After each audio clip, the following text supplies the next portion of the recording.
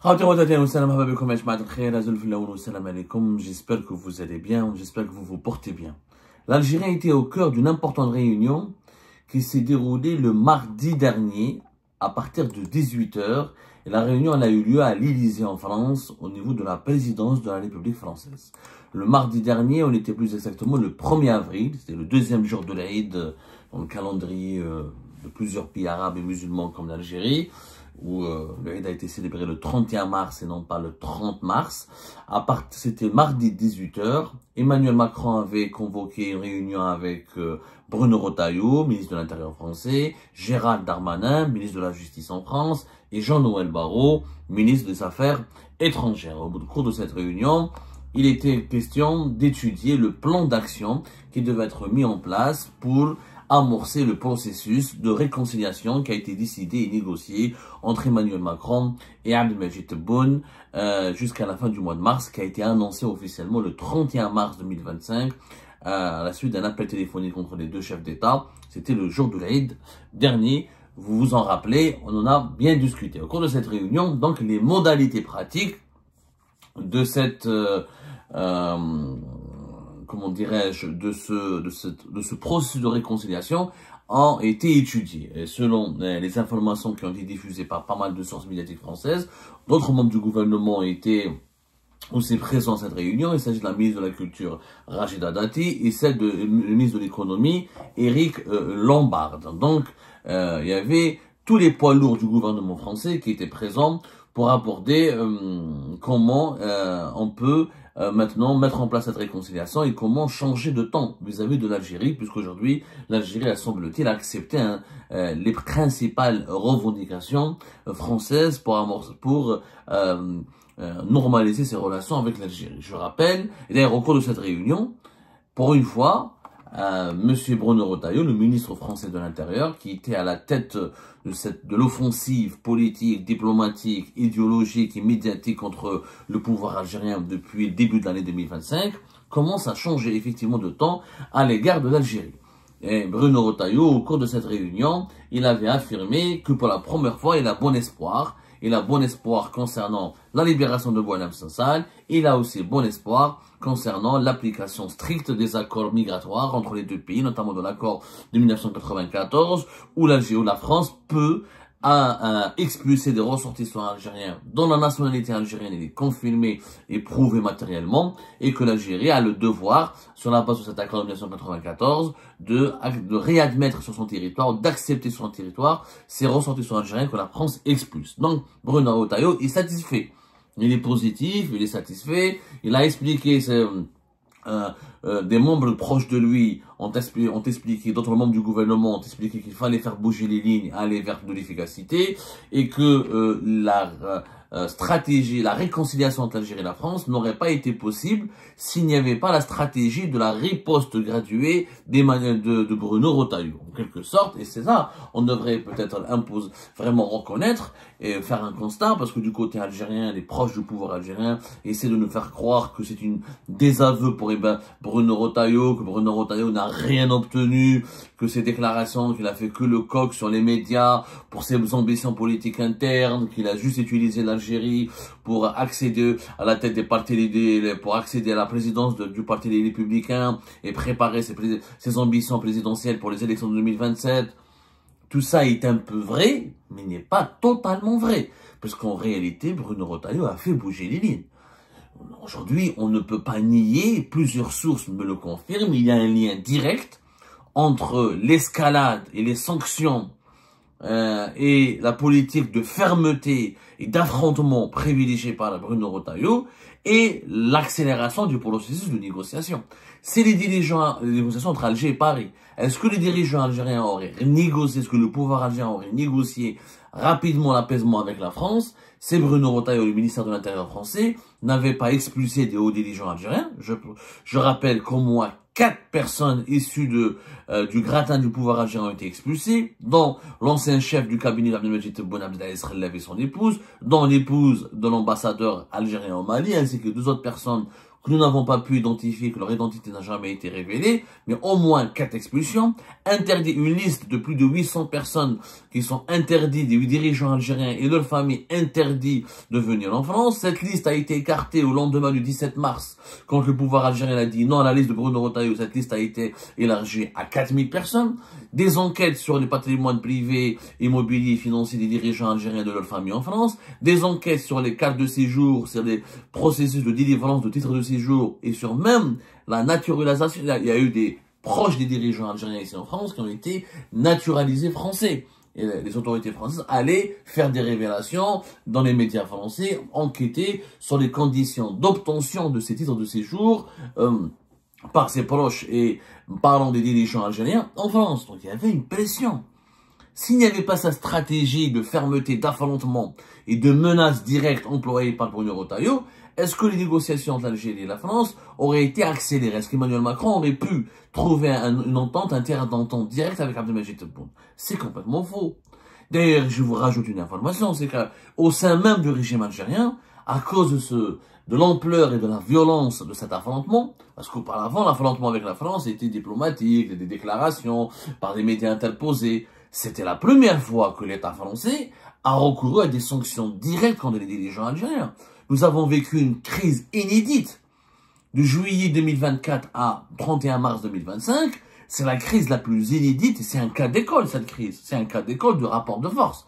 Début de l'année 2025, notamment au mois de février, au mois de mars 2025, la France, l'État français a décidé, le pouvoir français a décidé de sanctionner directement les dirigeants algériens. C'est une première dans l'histoire de relations bilatérales entre les deux pays. Et c'est la première fois qu'un État étranger sanctionne aussi ouvertement et aussi brutalement un nombre important de dirigeants algériens. C'est la première fois que les dirigeants algériens ont été expulsés, refoulés du territoire français. Ça, on a tendance à l'oublier. Ça, les médias proches du pouvoir algérien, ou les médias qui ne sont pas libres, ou les proches ou les partisans du pouvoir algérien, ne veulent pas le reconnaître, ne veulent pas le dire. Il y a eu des cas historiques, on a eu des cas très éloquents. Aucun pays n'avait expulsé 4 ou 5 responsables algériens. Aucun pays n'avait annoncé publiquement que les responsables algériens ne peuvent plus venir sans visa sur leur territoire, qu'ils ne sont pas les bienvenus et qu'ils seront interdits du territoire français. Ça a été annoncé, ça a été fait. Et cette politique agressive, cette logique d'affrontement et ce bras de fer de Bruno Retailleau avec le pouvoir algérien, il a déstabilisé le pouvoir, il l'a amené à négocier. Parce qu'il y a eu des tensions internes au sein du pouvoir algérien. Même dans l'entourage de Tebboune, là, ils ont commencé à douter. Ils ont commencé à pas paniquer. Le mot paniquer, même s'il est juste, on va pas l'utiliser. L'objectif de notre travail, c'est pas d'humilier, c'est pas de dire que l'Algérie a été perdue, qu'elle a été humiliée, ou que la France a été... On n'est pas dans l'émotion, on n'est pas dans l'expression d'adjectifs. On va pas utiliser des adjectifs qualificatifs pour exprimer des émotions ou des états émotionnels. Non, il ne s'agit pas d'humiliation ou de défaite, il s'agit d'un rapport de force qui était solide, qui était brutal. Le régime algérien a essayé de tenir, mais il ne pouvait pas tenir longtemps. Il ne pouvait pas tenir longtemps parce qu'il y a eu, là, parce que le pouvoir français, il a été diaboliquement efficace. Il n'a pas sanctionné la population algérienne. Ils n'ont pas touché aux droits et à l'intégrité morale ou physique des ressortissants algériens lambda. Ils ont sanctionné les dirigeants. Ils n'ont pas privé la population algérienne. Ils n'ont pas touché au vol, aux lignes maritimes, aux liaisons aériennes, aux visas pour la grande population. Ils ont ciblé que les dirigeants algériens. Et on oublie cette stratégie, elle était inédite, historique, et elle a fonctionné. Quand même, quand 4 hauts responsables, les parents, les épouses de hauts responsables algériens ont été expulsés du territoire français, c'est quand même violent, c'est quand même brutal. Ce ne sont pas les responsables français qui viennent passer leurs vacances ou qui viennent passer des séjours privés en Algérie. L'Algérie, elle a essayé d'adopter une stratégie de riposte, interdiction de certains chefs d'entreprise françaises, des enquêtes et des verrouillages qui allaient toucher certaines entreprises françaises et des intérêts économiques français en Algérie. Mais ça n'avait pas la même efficacité.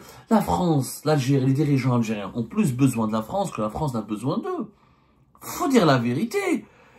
C'était un combat inégal. Ce sont les dirigeants algériens qui ont le plus besoin de la France. Ce sont les dirigeants algériens qui envoient leur famille en France, qui essaient d'acheter des appartements en France, qui se soignent en France, qui veulent passer leur retraite en France, qui ont besoin des visas pour la France pour aller partout dans l'espace Schengen, etc. Les intérêts ne sont pas les mêmes des dirigeants algériens. Les dirigeants français ne rêvent pas de passer leurs vacances à Oran ou à Tlemcen ou à Alger, il faut dire la vérité. Bien sûr, l'Algérie avait des cartes à jouer. Et le régime algérien a utilisé la carte de l'immigration, de la coopération migratoire, des laissez-passer consulaires, de la coopération sécuritaire et judiciaire jusqu'au bout. Il n'a pas été faible pour autant. Le pouvoir algérien a utilisé les cartes dont il avait la dépense. On ne peut pas parler d'humiliation. C'est pour ça que je dis que c'est pas une défaite humiliante pour le pouvoir algérien. C'est un recul. C'est un compromis qui lui sauve la face. Mais il a utilisé ses armes, il a utilisé ses atouts jusqu'au bout. Les autorités algériennes ont utilisé tous les atouts. Mais c'était un combat inégal. Un combat inégal, surtout un combat inutile. La France est un seul partenaire. Le pouvoir algérien, il sait que la France... Tebboune n'est pas un francophobe. Tebboune est un président francophile. Tebboune, il aime la France au fond. Il a voulu juste avoir un rapport d'égal à égal avec la France. Et dans sa vision de rapport d'égal à égal avec la France, il pensait que ce rapport égal à égal devait passer par des pressions sur la France pour que la France fasse beaucoup de concessions afin pour lui, l'égalité des rapports entre les deux pays serait que la France fasse le maximum de compromis, de concessions à l'égard de l'Algérie. Ok, la France, faire des concessions sur le plan de l'histoire, c'est très bien. Faire des concessions sur le plan de la mémoire, c'est très bien. Faire des concessions sur le plan économique, c'est très bien.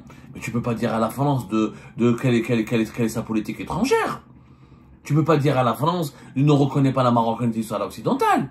Ça n'a pas de sens. Tu peux pas dire à la France, enlève ton ministre de l'Intérieur Bruno Retailleau parce qu'il est anti-algérien. Tu peux pas dire à la France, non, n'expulse pas les Algériens voyous et criminels parce qu'on n'en veut pas, on veut pas d'eux en Algérie. Ça n'a pas de sens. Donc, sur ce qui est raisonnable, le pouvoir algérien a obtenu des compromis. Sur ce qui n'est pas raisonnable, le régime algérien, il a reculé. Sur la question du Sahara occidental, il a reculé. Il faut dire la vérité. Aujourd'hui, Tebboune a été forcé de reconnaître que l'amitié entre le Maroc et la France ne le dérange plus. C'était pas les mêmes propos, c'était pas la même attitude. C'était pas la même réaction. En juillet 2024 et en février 2025, il disait que la France a perdu l'Algérie parce qu'elle avait choisi le Maroc. Maintenant, ça ne les dérange plus. Il y a une concession qui a été obtenue quand même. Et visiblement, d'après nos sources, la France est engagée à ne plus envoyer des membres de son gouvernement ou des hauts responsables de son État dans les territoires du Sahara occidental. C'est une concession. Donc le régime algérien aurait pu négocier cela dès le départ. Tebboune aurait pu négocier dès le départ avec Macron. Écoute, tu veux reconnaître la marocanité du Sahara occidental, mais on veut pas de ministre français à la Ayoun ou à la Dakhla. Ça aurait été plus facile, ça aurait été plus réaliste, et on aurait pu éviter ces 8 mois de crise inutiles. Parce que certains Algériens disent la France est-ce que la France a expulsé un dirigeant? Est-ce que l'Algérie a expulsé un dirigeant français?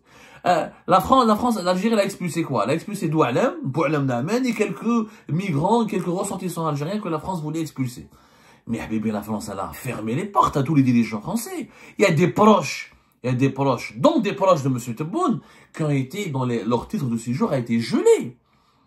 Il y a des parents ou des dirigeants algériens qui ont failli faire l'objet d'OQTF de la part des autorités françaises. On a évité les dirigeants algériens ont évité le pire. Je peux vous assurer que s'il n'y a pas eu le 31 mars un accord de réconciliation, qu'à partir du mois d'avril, les révélations, la presse française, les autorités proches, le ministère de l'Intérieur français, Bruno Retailleau et son entourage, allaient lancer une offensive médiatique et judiciaire inédite contre les intérêts des dirigeants algériens. Des révélations sur leur famille, sur les biens mal acquis, sur leur compte bancaire, sur la relation de leur financement, les financements dont ils bénéficient en France, comment ils font des crédits et comment ils arrivent à obtenir les papiers français. Vous imaginez l'impact de ces révélations sur l'opinion publique française? Et dans l'opinion publique française, tu lui dis que nous sommes l'opinion publique algérienne, pardonnez-moi. Vous imaginez l'impact de ces révélations qui auraient pu être faites au mois d'avril par les médias français, qui auraient été alimentés par l'entourage de Bruno Retailleau. Vous imaginez l'impact de ces révélations sur l'opinion publique algérienne? D'un côté, tu dis que la France, ce sont des ennemis, c'est les alliés du Maroc et d'Israël contre nous. Et après, les Algériens découvrent les appartements, les membres des familles des dirigeants algériens qui ont la nationalité française, qui ont des titres de résidence de 10 ans, qui ont des crédits en France, et ça aurait été terrible. Ça aurait été terrible, attention. Et il y a les révélations qui étaient en cours de préparation allaient toucher des membres des parents proches des plus hauts responsables du pays, et ça allait être vraiment une tempête. On allait se diriger vers une tempête médiatique extrêmement terrible. En France, ils n'ont pas de Nahar, ils n'ont pas de Chourour. Ils ont des grands médias. T'as quand BFM TV te fait une enquête, ou quand Europe 1 ou la CNews, ou la quand France Télévisions te fait une enquête, avec cache investigation, etc. C'est pas Nahar ou Chourour qui va insulter Boualem Sansal, ou Tenia, ou Boualem Sansal, sa mère est une prostituée. Ça ne rigole pas ici, ça ne rigolait pas. Je pense que le pouvoir algérien a sauvé la mise. Il a vraiment compris au bon moment que ce bras de fer était totalement inutile, sa stratégie de la tension allait se retourner contre lui, que ça allait provoquer un séisme sur le plan interne, parce que ça va diviser les dirigeants. Il n'y avait pas un accord, il n'y avait pas de consensus. Au sein même de l'entourage de Tebboune, il n'y avait pas de consensus sur cette approche violente et agressive à l'égard de la France. Parce que la France est un partenaire important. Sur le plan économique, sur le plan sécuritaire, sur le plan politique. La France a toujours soutenu le régime algérien. C'est la première fois que la France sanctionne et s'en prend aux dirigeants algériens. Les dirigeants algériens avec carte blanche en France. Du jour au lendemain, ils se retrouvent catalogués, exclus, menacés, ciblés éventuellement par le tribunal des médias. En attendant le tribunal, les tribunaux français de court, parce que les biens mal acquis, on peut en parler. Les financements de certains biens, de certaines activités, des proches et des membres de la famille, des dirigeants algériens en France, ça peut aboutir à des poursuites judiciaires. Ça ne rigolait pas. Donc, il y a un changement de temps de la part du régime algérien qui s'explique aussi par l'efficacité de la fermeté de la stratégie de Bruno Retailleau. Celui qui dit que l'Algérie a humilié la France, elle a fait céder Bruno Retailleau, c'est du n'importe quoi. Et c'est des gens qui ne comprennent rien, ou ils font semblant de ne rien comprendre, ou ils sont pas vraiment objectifs. Ils veulent, parce qu'ils ont certains complexes vis-à-vis de la France et de sa classe dirigeante politique, ils essaient de maquiller la réalité. Mais la réalité, c'est que c'est Bruno Retailleau dit aujourd'hui pour la première fois, j'ai bon espoir. C'est Bruno Retailleau, il est satisfait. C'est parce qu'il sait très bien qu'il est resté au pouvoir. Il a gagné une popularité énorme grâce à ce bras de fer avec l'Algérie. Et en plus, il a fait bouger les lignes. C'est pour ça qu'aujourd'hui, il est satisfait. C'est qu'il a obtenu les résultats qu'il cherchait. L'expulsion des migrants algériens. Bruno Retailleau sa priorité, c'était pas les enquêtes sur la vie privée ou sur les biens des dirigeants algériens. Ils sont fous. Sa priorité, c'était de soigner sa popularité, de s'imposer comme quelqu'un qui peut succéder à Emmanuel Macron et de dire qu'il est l'un des meilleurs ministres de l'Intérieur de l'histoire de France. C'était ça sa priorité. De ce point de vue-là, Bruno Retailleau n'a pas du tout échoué. Au contraire, il a atteint ses objectifs. Il y a de quoi être satisfait si j'étais à sa place. Donc on ne peut pas aujourd'hui dire qu'il y a une victoire humiliante ou éclatante. Non, la France a défendu de façon acharnée, inédite ses intérêts. Elle a imposé ses intérêts. Maintenant, on faut attendre. Est-ce que Boualem Sansal sera libéré ou pas? C'est la seule clé. Parce qu'au niveau de la coopération migratoire et de la coopération judiciaire et sécuritaire, la France elle a obtenu des engagements concrets et rapides. Maintenant, reste la libération de Boualem Sansal. Si la libération de Boualem Sansal tarde, là, on peut dire que le régime algérien tient tête encore. Mais là, c'est encore tôt pour se prononcer. À mon avis, Boualem Sansal ne va pas tarder encore en prison. Et ce sera le chapitre définitif de cette tension entre l'Algérie et la France.